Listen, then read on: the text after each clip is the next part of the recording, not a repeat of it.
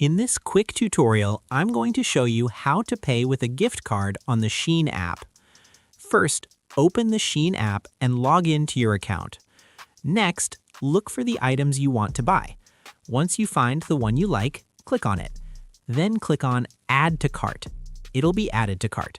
Now, go to your cart on the top of the screen and click on it. Then look for Checkout button in the bottom of the screen.